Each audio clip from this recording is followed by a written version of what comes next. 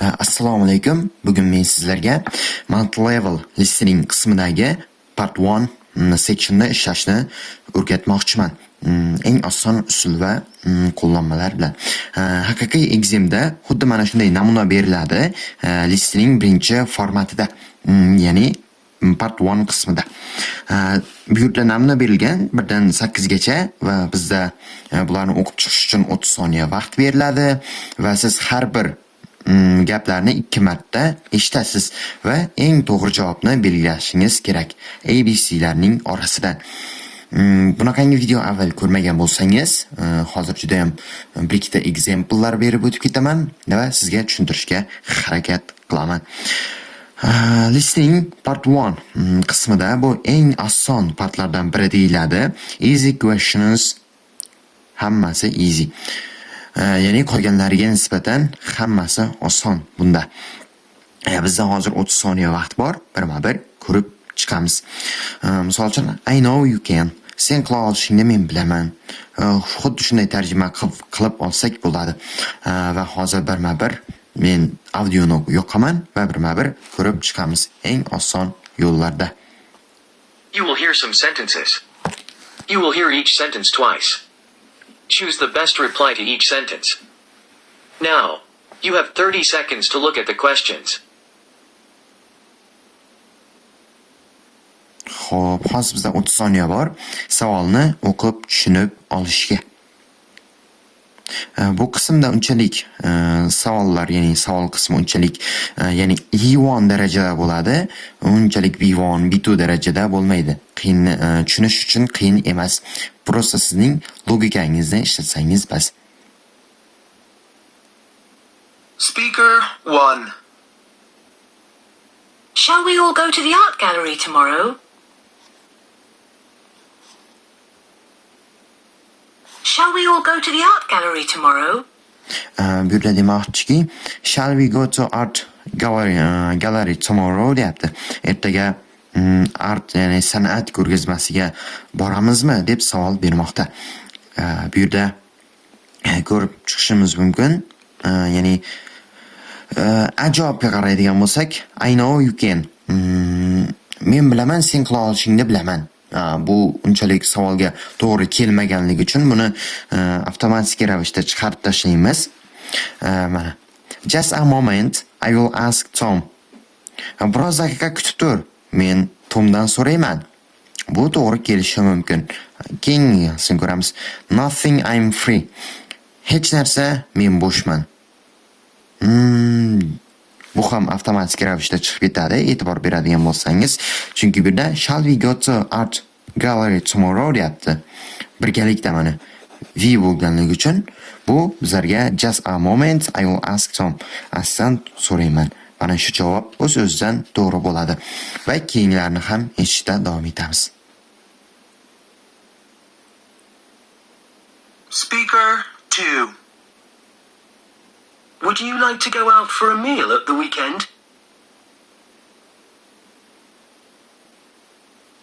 Would you like to go out for a meal at the weekend?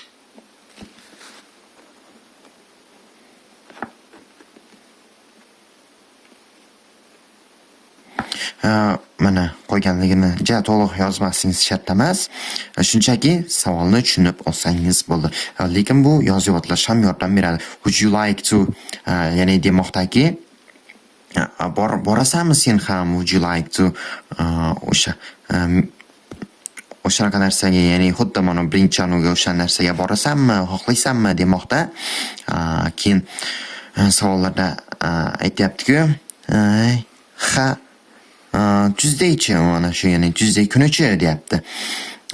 Bu ham to'g'ri kelishi mumkin. Keyingi savollarni ko'ramiz. What time shall we come around? Soat nechida biz shu joyda ko'rishamiz, ya'ni kelamiz birga. Hang on, I will just check with Anna. Biroz go'shakni qo'ymay tur. Mana ya'ni bu fraza bo'lganligi uchun men Anna bilan birgalikda tekshiraman. Ya'ni demak bu yerda demoqdaki, bizga bu ham to'g'ri keladi, lekin bu yerda boya eshitgan bo'lsangiz tomorrow degan ham bor edi.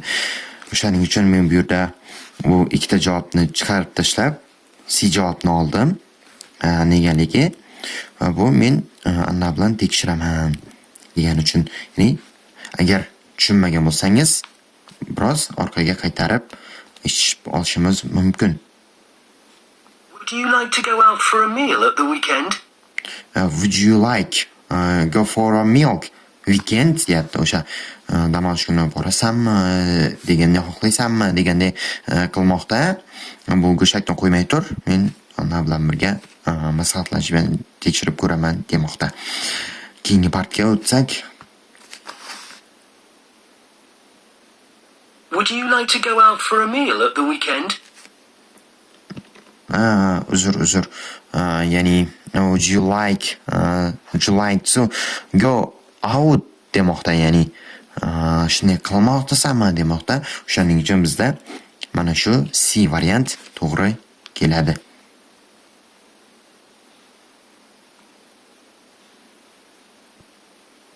Shall we all go to the art gallery? Would you like to go out for a meal at the weekend? Speaker 3. What are you doing on Friday evening? You will hear some sentences. Demoqdaki, what are you going on Friday evening? Ya'ni juma kuni obeddan keyin nima qilmoqchisan demoqda savolda.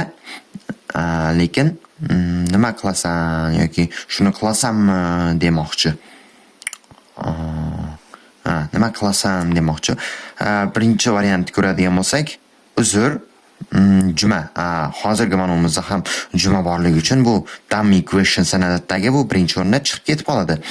Va B ga qaraydigan bo'lsak, uzr, bu hafta juda ham bandman, men uchun band hafta demoqda.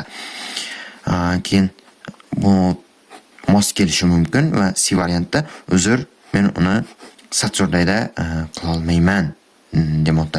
Bu ham dummy question chiqib ketadi va bizda bitta B variant qoladi. Va biz eshitishda davom etamiz keyingilarni ham.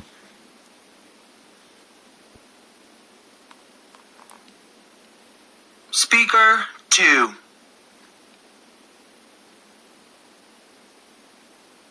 Speaker 3.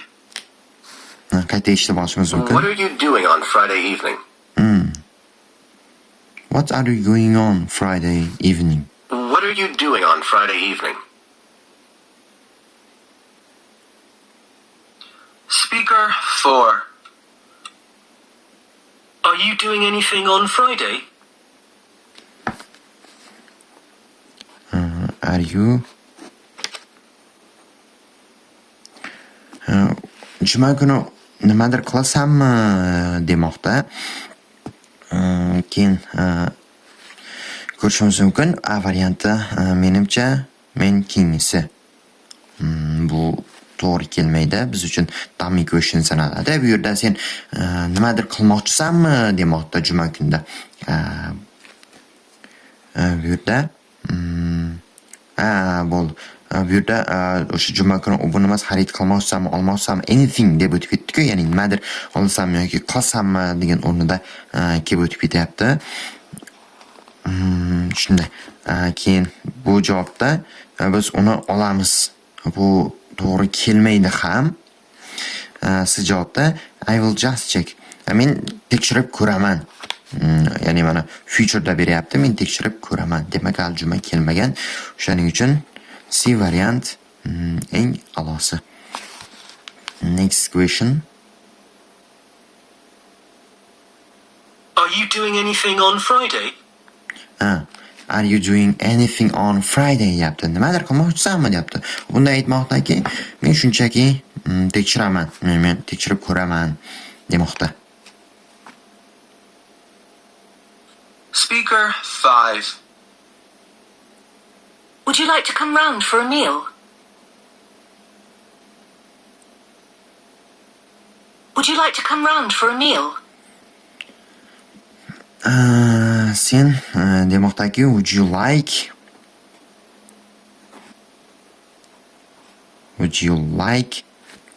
ya'ni qo'ygani kerak emas bizlar uchun. Savol tushunib olsak bo'ldi.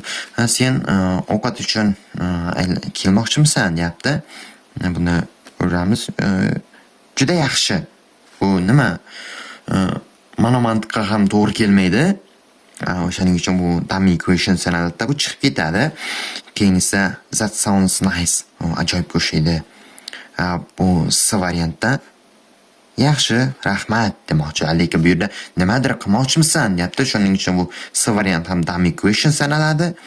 Sabab bu nimadir yordam bergani yo'q bu rahmat aytish uchun va avtomatik bir javob qoladi bizda. Next question.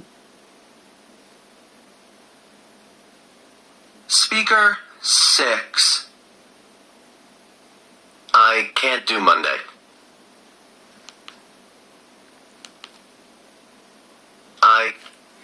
Demoqdaki I can do on Monday. Dushanba kuni buni qilolmayman demoqda. Bu what is the time? Bu hozir soat nechi deb so'ramoqda bu. Da bizdan savol so'ragani yo'q. Demak bu chiqib ketadi. Buda is that okay for you? Bu sening uchun yaxshimi? Sen uchun yaxshimi bu demoqda. Keyingisi sida how about next week? Keyingi haftachi demoqda. Misol uchun, ammo uni ham bizdan so'ragani yo'q-da, bu men uchun yaxshi yoki sen uchun yaxshi degan narsa yo'q. Biza o'z-o'zidan kelib C variant qoladi. Chunki men ikkalasini aytib o'tdimki dummy questions deb ahmoqona, ya'ni ma'no mantiq yo'q. Keyingisi biza faqat how about next week? Keyingi haftachi, keyingi hafta qila olasanmi demoqchi bu bilan. Can't do Monday.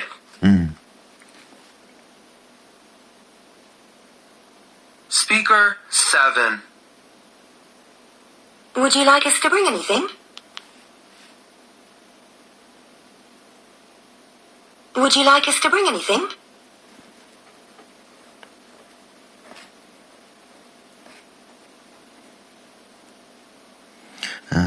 Savol tushunib olsak bo'ldi.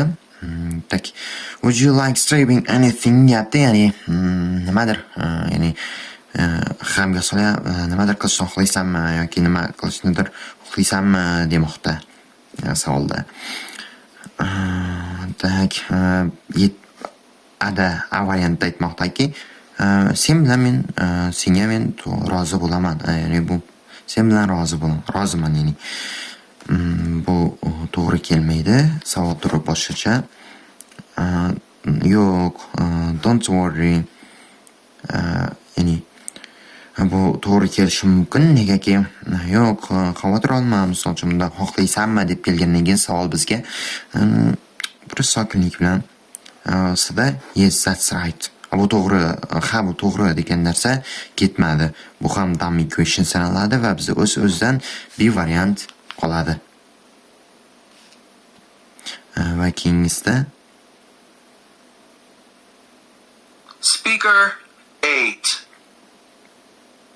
Is Tuesday okay for you? Is Tuesday okay for you? Is Tuesday okay for you? Ya'ni Tuesday sen uchun yaxshimi demoqda. Bu yerda A variantda biroz shoshmay tur. Let me see. Men ko'rib olay. Men ya'ni amin emasman, ya'ni o'zimga ishonmayman, amin emasman. Buni shunday qila olaman deb. Aslida we will. Bu S chiqib ketadi, ya'ni bundan so'ramayapti. Bu amin emasman, yo'q. Men qila olaman deb o'shani yoqtiraman yoki mana misol uchun du yoqtirmoq o'shani o'zsa kelishi mumkin. Va o'z-o'zidan bu javob ham chiqib ketadi. Bizda A variant qoladi. Sabab bu tushganligi uchun exam imtihonlarda ham xuddi mana shunday tushadi savol turi va siz shunday tahlil bilan ishlashingiz mumkin. Mana shunday tushishi bilan-da. Bizdan uzoqlashmang. Bundan qiziqarliroq darslar uchun umid qilamanki, bugungi dars sizlarga tushunarli bo'ldi. Agar yanada tushunmagan bo'lsangiz, yana bir marta qayta ko'rib olsangiz, bemalol tushunib olasiz. Bizdan uzoqlashmang, kuzatishda davom eting.